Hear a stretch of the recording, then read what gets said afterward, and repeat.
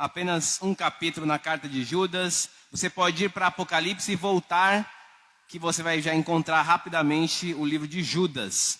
Fique de pé para a leitura desse texto da palavra de Deus. Eu sei que você já ficou de pé para orar, mas fique também para a leitura da palavra do Senhor.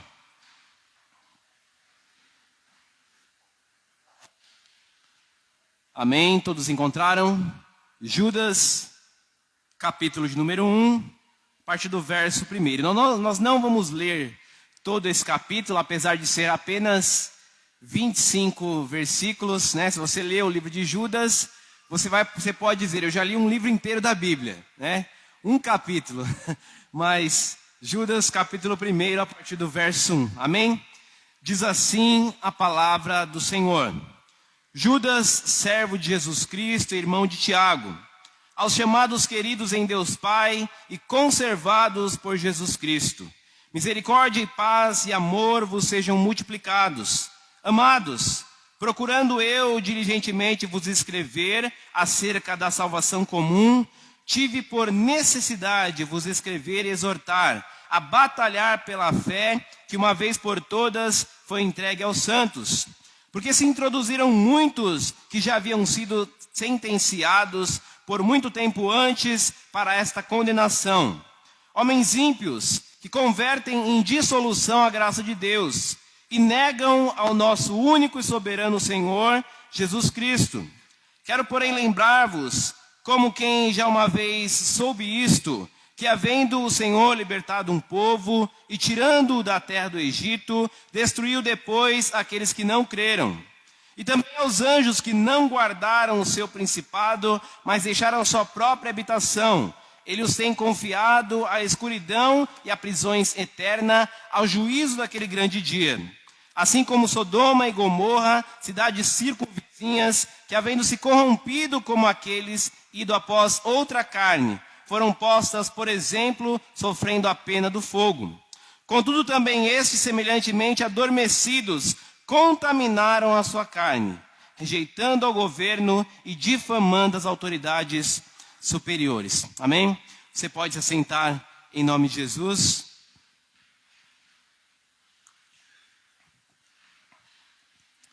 Esta carta de Judas é uma carta escrita pelo meio-irmão do Senhor. Meio-irmão do Senhor por quê? Porque ele era irmão de Jesus, sim, por parte de Maria, mas Jesus não era filho biológico de José. Jesus foi concebido através do Espírito Santo. Por isso, meio-irmão do Senhor.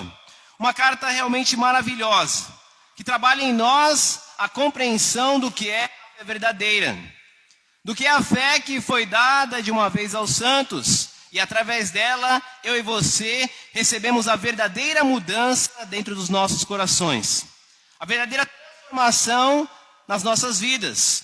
E com certeza, mudanças são coisas que cabem diariamente na vida dos cristãos. Na vida de todas as pessoas secularmente também, todos nós passamos por mudanças. Dia após dia, você muda de repente de um gosto, talvez você mude de emprego, mude de casa. E mudança, meu Deus do céu, como causa bagunça, né? Quebra coisa, chega na outra casa, não é a mesma coisa, parece que para você montar já é tudo diferente. Mudança causa realmente diversas coisas, não só exteriormente, mas também dentro de nós. Quando você muda para um novo emprego, quando você passa a mudar também, a lutar as batalhas contra si mesmo por conta do pecado, interiormente você estará passando por mudanças. Talvez você já mudou de sala de aula, crescendo nos graus fundamentais e médios superiores do aprendizado. Talvez você já teve que mudar aí de igreja, ir de uma igreja para outra, migrar de uma comunidade cristã para uma outra comunidade cristã. Então quer dizer que mudanças nós passamos em muitos momentos da nossa vida, e isso não é diferente para com a palavra de Deus. Nós vemos pessoas mudando comportamento. Lembra-se como Pedro era? Bravo, aquele meio que ranzinza, peixeira no bolso. Nós vemos as mudanças que eram feitas mesmo na vida dos irmãos de Jesus. E ele menciona aqui, irmão do Senhor, irmão de Tiago, a menção inicial dos versos 1, quando ele diz irmão de Tiago, chamado servo do Senhor. Ele não reconhece dizendo ali, sou irmão do Senhor, mas ele era irmão de Cristo, irmão do Senhor Jesus, servo dele, porque no passado os próprios irmãos não acreditaram em Jesus, mas quando nós chegamos à compreensão desta carta, ela com certeza nos fala de algumas coisas que eu e você recebemos, a partir de também sermos servos do Senhor, como Judas menciona nessa carta. E aí ele vem mencionando no verso 1 que nós somos chamados, santificados e também para a preservação, né? Servo do Senhor Jesus Cristo, irmão de Tiago, aos chamados queridos para a santificação e para a preservação da paz que vos é multiplicada em Cristo. Esta carta não é escrita, como já me perguntaram, de Judas Iscariotes. É o Judas, irmão do Senhor. Mas a palavra de Deus, segundo esta carta de Judas, ele queria trabalhar com cada um de nós aquilo que nós precisaríamos aprender sobre a salvação comum. Só que em algum momento, a palavra do Senhor diz no verso de número 3, que eu, amados, procurando eu vos escrever com toda diligência acerca da salvação comum. Tive por necessidade escrever-vos e vos exortar a batalhar pela fé que uma vez foi entregue aos santos. Então ele mudou. Ele também mudou. Ele começou a escrever e a dizer, eu gostaria de falar para vocês sobre a salvação comum, porém, eu vejo a grande importância de trabalhar com vocês e falar para a batalha que nós temos em nossa fé. Então, nós vemos a palavra-chave mudança que há também ali no apóstolo Judas ao escrever essa carta aos irmãos. E ele não direciona essa carta apenas a um grupo específico, como muitas vezes o apóstolo Paulo faz aos romanos, aos gálatas, aos efésios, aos filipenses. Esta é uma carta das gerais, que serve para todos os irmãos, deveria ser lida a todas as igrejas, como também, na verdade, nós fazemos e vemos através de muitas epístolas. Esse texto, ele também compõe, aqui no verso 3, uma saudação, ou melhor dizendo, uma tríplice saudação comum entre os judeus. Porque no verso de número 2, ele diz, misericórdia, paz e amor vos sejam multiplicadas. Misericórdia, paz e amor vos sejam multiplicadas. E aí, com certeza, eu e você aprendemos com esse texto da palavra de Deus que mudanças são necessárias em nossa vida. O apóstolo Judas, ele iria começar sobre salvação, que com certeza deveras muito importante. O que seria de nós sem a salvação? Mas nesse contexto, naquele momento, ao escrever aos irmãos, ele vê que a salvação com certeza é muito necessária, mas era importante naquele momento que ele falasse acerca da batalha pela fé. Será que eu e você temos que batalhar pela fé? Você pode ter certeza disso. Porque esse texto também fala de muitos que ensinavam coisas que eram contra a vontade de Deus. Contra a palavra de Deus, eles vêm trazendo diversos ensinos ali, aonde Judas ele queria exortar aos irmãos. Por isso ele diz exortar acerca da fé, da batalha da fé, da luta da fé, que ele tinha para com cada um deles. Então eu e você, com certeza também passamos por mudanças em nossas vidas. Mas eu gostaria de que você perguntasse para o irmão que está do seu lado. O que é necessário você ainda mudar? Pergunte para ele. Mas não responda, por favor. Só pergunte, sem resposta, né? Então, com certeza, eu e você ainda temos que mudar. Ainda é importante que eu e você mude alguma coisa. Não sei se você já se perguntou para si mesmo. Você já fez essa pergunta para você? O que eu ainda tenho que mudar? O que ainda é necessário haver mudança em minha vida? O que eu ainda preciso melhorar? O que é necessário ainda você mudar para cada dia estar mais próximos de Deus? O que é necessário você mudar para ser um melhor marido, uma melhor esposa, um melhor filho? O que é necessário ainda que haja mudança em nós e a gente passe a entender o que é importante, o que é necessário, a fim de que nós possamos ser pessoas melhores em uma sociedade que cada dia caminha para o mal. Uma sociedade que cada dia mais caminha para a degradação total e para longe de Deus. Olhando o contexto dessa carta, quanto tempo desta carta escrita? Mas tem coisas diversas nesta carta que, ao observar, nós olhamos para o nosso tempo de hoje e não parece diferente. Meu Deus, parece que o ser humano não muda. Parece que muitas coisas só mudam para pior. Onde nós podemos observar alguns exemplos importantes que na exposição desse texto eles compõem 3 modelos de exemplos condenáveis na palavra de Deus, fazendo menção até mesmo dos textos do Antigo Testamento. O primeiro modelo que esse texto apresenta, e com relação a mudanças que não houveram para aquelas pessoas, e que hoje parece que ainda necessita de mudança, verso 5, quero porém lembrar-vos, como quem uma vez já havia vos falado, havendo o Senhor libertado um povo e tirado ele da terra do Egito, destruiu aqueles que não creram. Então o povo de Deus padeceu muitas coisas. Para salvar talvez algumas expressões de Judas nesse texto, ele estava praticamente condenando com palavras duras aqueles falsos mestres que estavam se introduzindo na igreja e querendo trazer coisas de libertinagem. Coisas que, através da desculpa de que a graça de Deus é abundante em nós, eu posso fazer aquilo que eu quiser.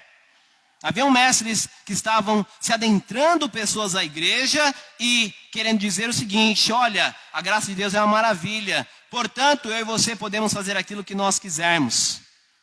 Alguma forma também de misticismo ou gnosticismo, muitas vezes condenando a carne, mas dizendo que o espírito é bom e vai para Deus, independente daquilo que acontecer com o corpo. Não é isso que a palavra de Deus ensina. Não é isso que Deus ensina.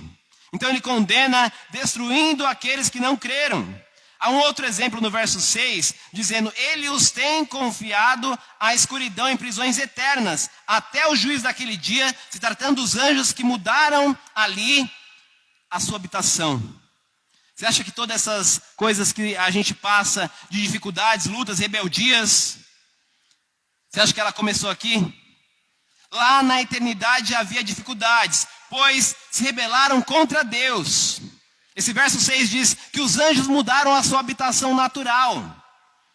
Se rebelaram contra Deus, sendo guiados e direcionados por Lúcifer. O texto da palavra do Senhor nos profetas diz que ele possuía com certeza grande poder. Menções sobre o rei de Tiro. Era grande em sua formosura, brilhante em seu esplendor. Mas ele desejou em seu coração e disse: subirei mais alto do que todas as estrelas, e serei semelhante ao Altíssimo. O texto diz sobre a queda dele, dizendo o seguinte: ai de ti, porque pensas assim: lançado serás no mais profundo do abismo, do pó da terra, e no profundo da terra serás lançado. E todos eles mudam a sua habitação natural, aonde não só Lúcifer, mas a terça parte dos anjos dos céus são lançados na terra, condenados. Mas esse texto, quando diz, na parte B, ele diz: a eles, ele tem confiado a escuridão em prisões eternas, até aquele grande dia do juízo. Nem todos os anjos foram lançados na terra. Existem alguns anjos que receberam prisões eternas. Desde aquele dia na eternidade, eles foram presos e aguardam a condenação final, que é o juízo. A palavra menciona Tártaro ou Tártaros, onde eles foram presos nessas prisões eternas espirituais, somente sendo no último dia lançados para a condenação para todo sempre. Então Deus também, depois de salvar um povo, ele destruiu aqueles que não creram. Aos anjos que não guardaram a sua autoridade, a sua obediência, a sua submissão, ele os condenou. E há também um outro exemplo aqui na continuação desse texto que diz assim, verso 8: contudo também estes, semelhantemente, tendo adormecidos, contaminaram a sua carne, rejeitando os governos, difamando as autoridades superiores. Contaminaram a sua própria carne. Diz, na verdade, trocando o uso natural de sua carne. Esse texto está mencionando também a menção que se faz aqui para Sodoma e Gomorra. Trocaram o uso natural da própria carne. Sabe o que é isso? Sodomismo, homossexualismo, para falar melhor, né? Na época se chamava sodomia o ato do relacionamento sexual entre duas mulheres ou entre dois homens. Contra o heterossexualismo. Condenáveis também, porque foram condenados, é o que a palavra de Deus menciona. Estes também receberam a sua condenação, contaminando a sua carne, rejeitaram os governos e difamaram as autoridades superiores. Então, 3 formas de condenação para pessoas que não queriam mudar o seu jeito de viver. Tanto o povo do Antigo Testamento, que seguia Moisés, condenados aqueles que não creram. Os anjos na eternidade, que não guardaram a obediência ao Senhor, mas se rebelaram contra Deus. E também aqueles na terra que foram após outra carne. Romanos capítulo 1 diz também sobre esses, que esses são condenáveis. Dizendo que varão com varão cometendo torpeza em si mesmos. Pelo que Deus lhe entregou as paixões infames para se corromperem em si mesmos, homens com homens, recebendo a dureza da condenação de Deus. Ou seja, será que no nosso tempo de hoje ainda é necessário haver mudança em nossa sociedade? Ao ponto de igrejas estarem recebendo como membros pessoas que praticam coisas que são contra a palavra de Deus. Homossexualismo. Homossexuais. Igrejas consagrando ao ministério pastoral homossexuais. Aí tem que chorar para não rir, né? Não sei que sentimento que a gente tem. Eu não sei nem mais o que dá para fazer com isso. Mas a palavra de Deus, ela nos ensina que eu e você precisamos, com certeza, e temos algumas coisas para aprender diante de Deus. A palavra de Deus, ela nos ensina a batalhar pela fé. A batalhar pela fé. E existe a partir do verso 11, ali, 16 formas de pecados mencionados nessa carta. Lembra que eu falei para os irmãos? Talvez alguns irmãos se lembrem. De diversas listas de pecados que tem na Bíblia. Diversas listas de pecados que tem na Bíblia. Está aqui mais uma. Né? Existem pelo menos 16 formas de pecado, do verso 8 até o verso 16. E aí vem dizendo assim: praticam perversão sexual. Rejeitam os governos, as autoridades, a lei. Insultam os líderes. Dizem mal daquilo que eles não conhecem. Corrompem-se a si mesmos. Pecam mantendo-se no erro. Continuam no erro. Buscam na religião o seu próprio proveito. Rebelam-se como Coré. Praticam a hipocrisia. Cometem obras de impiedade. Blasfemam de Deus. Murmuram, reclamam. Vivem em ímpias paixões. São arrogantes. Zombam da verdade e vivem em paixões sexuais. A carta, esse aqui é um resumo dos pecados mencionados aqui, do verso 8 em diante. E aí no verso de número 11 ele diz: ai deles, porque entraram pelo caminho de Caim, foram levados pelo engano e o prêmio de Balaão e pereceram na rebelião de Coré. Estes são manchas nas vossas festas de fraternidade, banqueteando convosco, apacentando e cuidando de si mesmos. São nuvens sem água, levados pelos ventos de uma parte para outra, como árvores murchas, infrutíferas, 2 vezes mortas, desarraigadas, ondas impetuosas do mar. Espumam suas próprias abominações, estrelas errantes, para as quais está eternamente reservada a negrura das trevas. A palavra de Deus, ela nos assegura de que estas coisas são coisas que necessitam de mudança dentro de nós. Talvez tenha alguma coisa aqui que eu e você precisamos mudar. Né? A mudança na batalha pela fé, porque eu e você temos fé. Mas será que nós estamos mudando? que será que o evangelho tem sido em transformação nos lugares? Porque tem comunidades, tem lugares diversos, que se você for ir nas pesquisas do IBGE, você vai ver que o número de cristãos evangélicos tem crescido. Mas a gente não tem visto mudanças. A gente tem visto a corrupção, a gente tem visto o crescimento da drogadição, a gente tem visto crescendo cada vez mais a corrupção no mundo. Parece que o texto de Gênesis capítulo 6, dizendo o motivo pelo qual Deus condenou o mundo com o dilúvio, parece que não mudou ainda. Mas a palavra do Senhor, em 2 de Pedro, diz que os céus e a terra que vos cercam estão preparados para o fogo, para o dia do juízo. É por isso que esse texto menciona uma profecia a partir daquele 7º de Adão. O texto diz aqui no verso de número 14, olha só. Verso 14. Acerca destes profetizou também Enoque, o 7º depois de Adão. Eis que é vindo o Senhor com milhares dos seus santos, para trazer juízo contra todos aqueles, e condenar dentre todos os ímpios, por todas as suas obras de impiedade. Aqueles que praticam e mudam as suas mentes para a corrupção, com duras palavras que os ímpios corrompem as pessoas.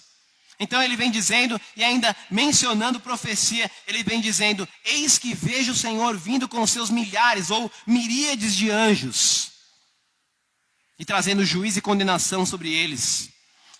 Então é necessário que esse mundo mude, é necessário que as pessoas mudem, é necessário que eu e você ainda venhamos mudar como ser humano, é necessário que eu e você venhamos mudar como funcionário, como pai, como vizinhos. Será que tem alguma coisa que você precisa mudar como vizinho? E eu? Se fosse para perguntar para o seu vizinho, como que você é lógico que talvez ele também não seja um bom vizinho. Mas como que as pessoas te veem? Ou afinal de contas, como você se vê, como que eu me vejo, né? Será que eu e você ainda precisamos mudar? Talvez a nossa rotina, o nosso dia a dia, a maneira em que a gente vive. Talvez ainda existem coisas que a gente tenha que mudar na nossa rotina. Formas de comportamentos, vícios. Talvez tenha coisas que nós precisamos mudar. Formas de compreensão, menções de palavra. Talvez a maneira em que a gente se comporta, tem alguma coisa em que a gente precisa mudar.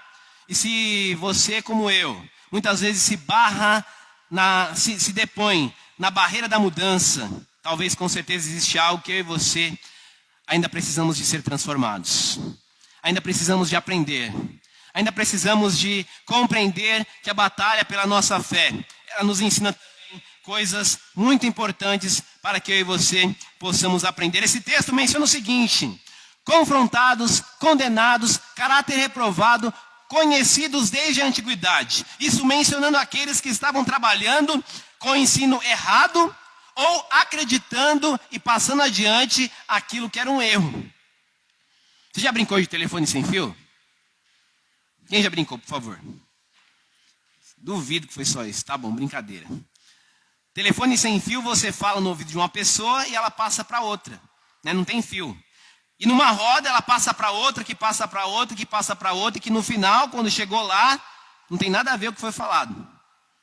Vai passando adiante e no meio do caminho vai mudando. Quando chega no final, tem a frase que foi mencionada pela primeira pessoa, já não tem nada a ver com o contexto, muitas vezes saiu totalmente fora do conteúdo pelo qual ela era mencionada.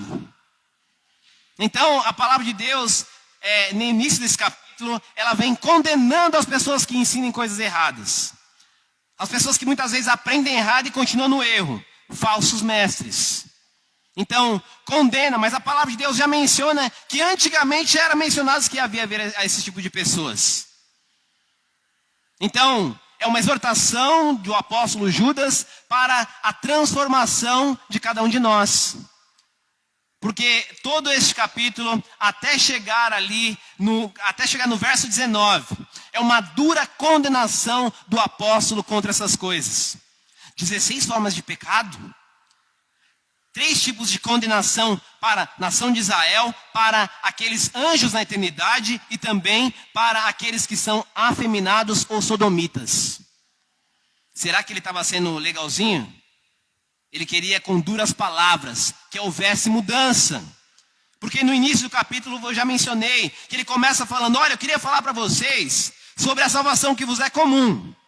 Mas eu vejo a necessidade de mudar agora, né? Em outras palavras, eu quero falar para vocês sobre a batalha da fé. A batalha da fé que com certeza é necessário para a mudança dentro de nós. E aí eu quero compartilhar com você o primeiro motivo pelo qual nós ainda precisamos de compreender que batalhar por essa fé nos ensina que deve haver mudança dentro de nós. Deve haver mudança dentro de nós. E a primeira coisa que eu compartilho com você é o cuidado que nós devemos ter através do amor de Deus. Verso de número 21. Olha só o que esse texto diz no verso de número 21. Vou ler a partir do 20. Mas vós, amados, edificando-vos vós mesmos a vossa santíssima fé, orando no Espírito Santo, conservai-vos no amor de Deus. Em outras traduções vão dizer, no cuidado do amor de Deus, esperando a misericórdia de nosso Senhor Jesus Cristo para a vida eterna. O original vem dizer um cuidado maior do que aquilo que eu e você conseguimos fazer de algo apenas exterior.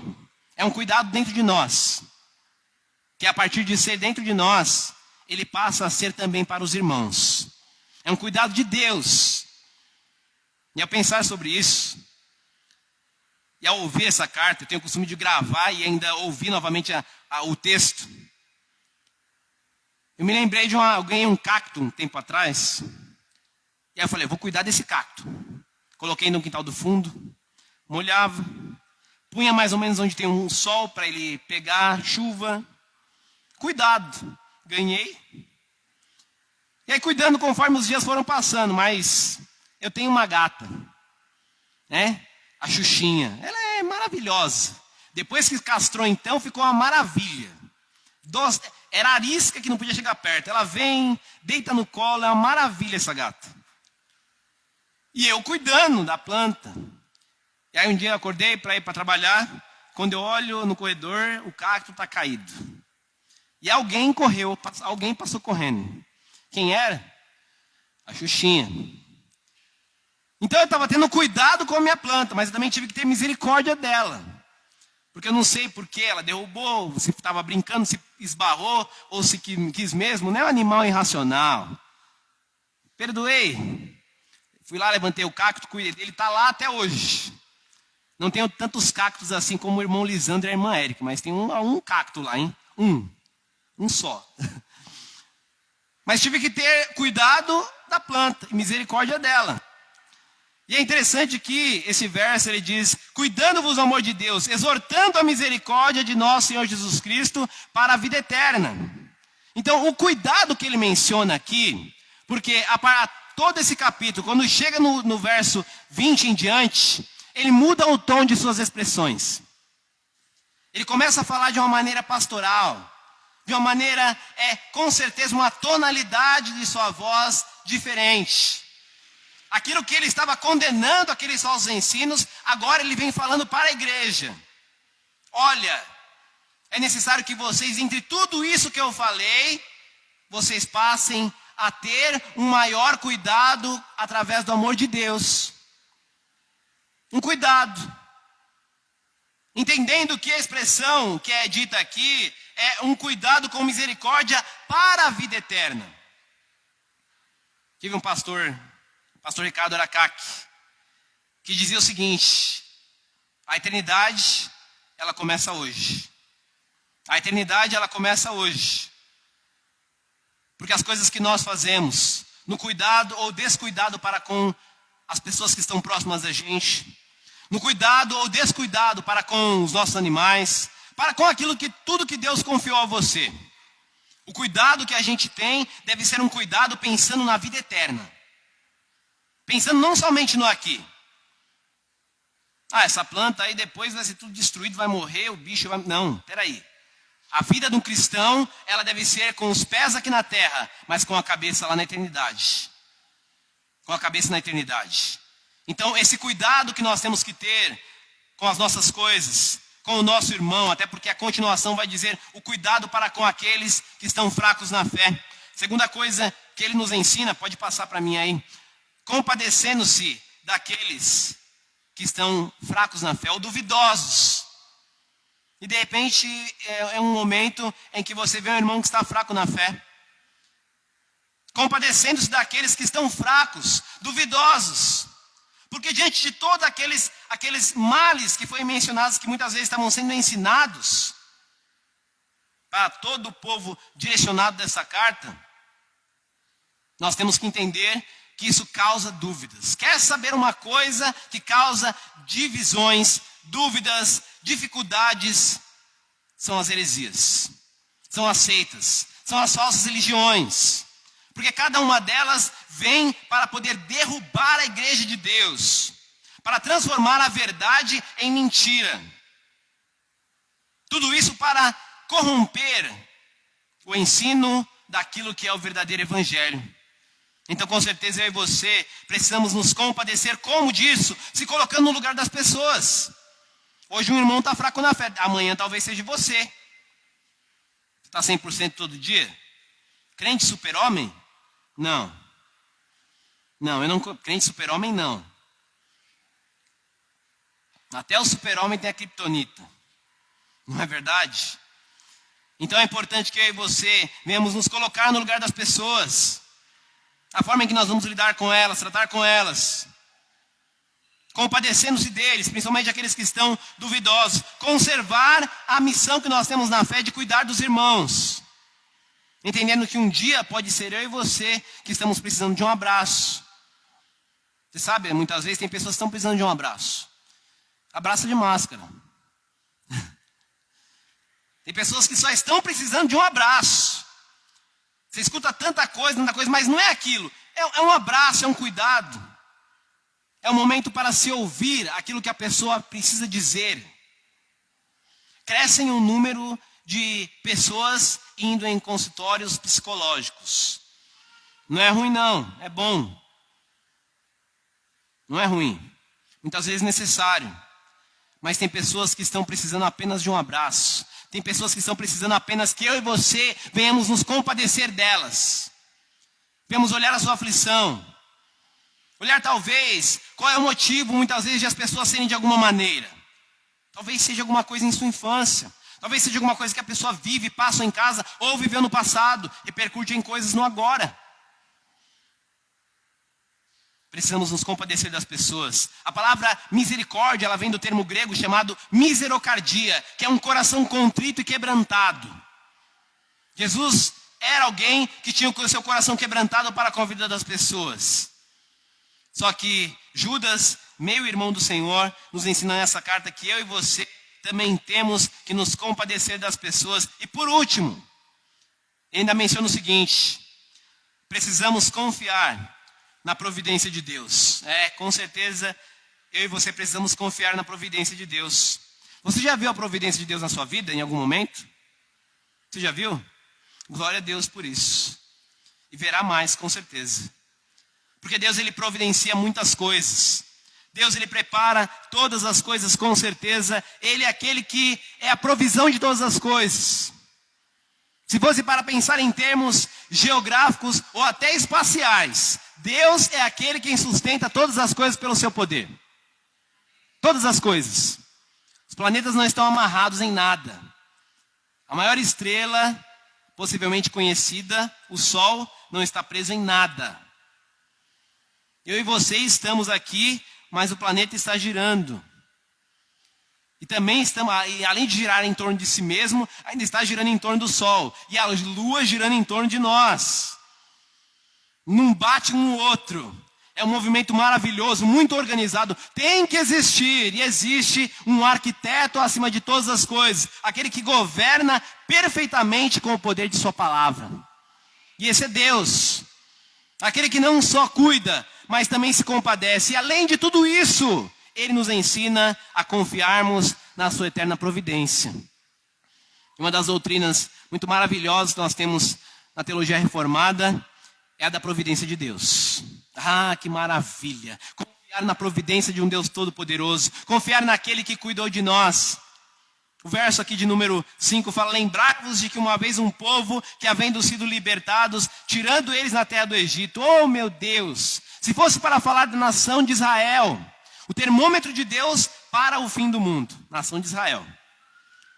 Os irmãos da EBD hoje ouviram isso. Então, se fosse para olhar, quanta provisão, água saindo da rocha. As roupas deles não estragavam, parece que conservava no corpo. Calçado, tudo conservando. De dia, uma sombra, uma coluna que, uma nuvem que os protegia. De noite, uma coluna de fogo. Está querendo churrasco? Vou mandar codornas. Codornizes. Quer pão? Maná. E ainda alguns queriam guardar para outro dia e aí amanhecia com um monte de bicho. Deus ia prover, eles muitas vezes não confiavam na providência de Deus. Muitas vezes eu e você ficamos duvidosos de que Deus irá fazer algumas coisas ainda em nossas vidas. Mas Deus é o Senhor da provisão. Repita comigo: Deus é o Senhor da provisão. E aconteceu algumas coisas em sua vida em que você falou: ih, meu Deus, e agora? Como que vai ser? Como que eu vou pagar aquela conta amanhã? Como que eu vou fazer aquilo? Não sei o que vai ser. Deus provê. Deus provê. Deus prepara todas as coisas. Eu me lembro que eu vi uma certa vez um dos gestores da Cristolândia falar que eles estavam com a dificuldade de pão de manhã, porque é muito homem para comer. E aí? Vai fazer o quê? Faz milho cozido, faz o que tem. Mas um dia eles orando: Senhor, um pãozinho, né? Não sei se tem costume de comer pão todo dia de manhã. Mas Senhor, um pãozinho. E ali orando. Daqui a pouco, Milton, chegou pão que não dava conta. Pão que não dava conta. Ele relatando a providência de Deus. Deus preparou, chegou pão que deu para fazer torrada de duro que ficou. Por outro dia. Providência de Deus. Mas não é apenas isso que esse texto também ensina. Ele ensina a conservar a compreensão dessa providência. Sabe por quê? Se tratando da Cristolândia, depois, o que tem agora em várias Cristolândia? Forno. Eles aprendem panificação e fazem o pão. E se você for na de Jacareí, você vai comer um pão maravilhoso. Come mais que um, hein? Não é pão aquilo, né? Parece uma bengala, né? Providência contínua. Agora eles não é só dar o peixe. Eles receberam um anzol ainda. Para continuar pescando. Então eles mesmos fazem os pães. Na Cristolândia da Praia Grande, comemos pão também feito por eles. Verso 24. Ele diz assim: ora, aquele que é poderoso para vos guardar de tropeçar e apresentar-vos irrepreensíveis com alegria perante a sua glória, conservar-vos perante a sua glória, ao único Deus, Salvador, por nosso Senhor Jesus Cristo, nosso Senhor, seja glória, majestade, domínio e poder, antes de todos os séculos, agora e para todo sempre. Eu acho maravilhoso quando tem algumas cartas que tem a própria conclusão, né? A gente tem tanto trabalho para fazer exegese de um texto. Tem textos que tem ele em si mesmo, as suas divisões e a sua conclusão. O verso 25 é a conclusão desta mensagem, pois ele diz: ao único e Salvador, Senhor Jesus Cristo, seja glória, majestade, domínio e poder, antes de todos os séculos, agora e para sempre. Amém. Deus, ele não só nos ensina o cuidado no amor de Deus. Deus também não apenas nos ensina a nós nos compadecermos, mas ele também nos ensina que nós precisamos confiar na providência de Deus. É muito fácil de você guardar tudo com C, né? E ainda em vermelho.